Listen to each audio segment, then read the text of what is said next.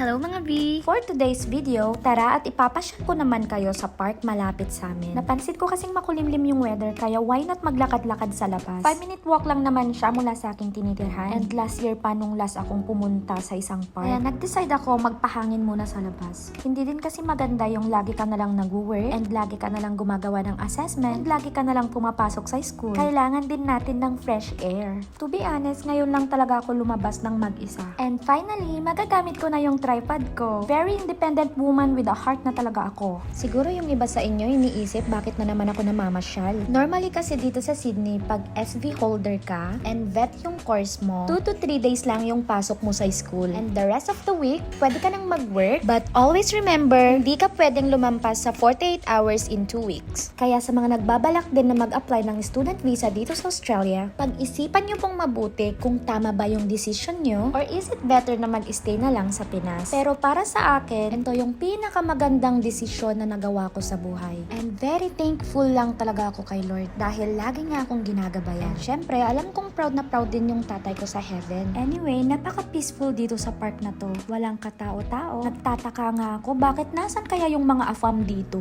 Charot! Then pagtingin ko nga sa playground, sabi ko, gusto ko na lang palang umuwi. Sana all, diba? In times like this, naaalala ko na lang yung dalawa kong pamangkin sa Pinas. Sure ako na mag-e-enjoy din sila sa park na to. And I know na balang araw, mararating din nila yung mga ganitong klaseng lugar. After nga niyan, naglakad-lakad lang ako. Napansin ko, parang ang puti-puti ko na dito sa Sydney. Ay, wag kang feeling, te. And mga B, pakinggan nyo pala kung gaano kaingay ng mga ibon dito.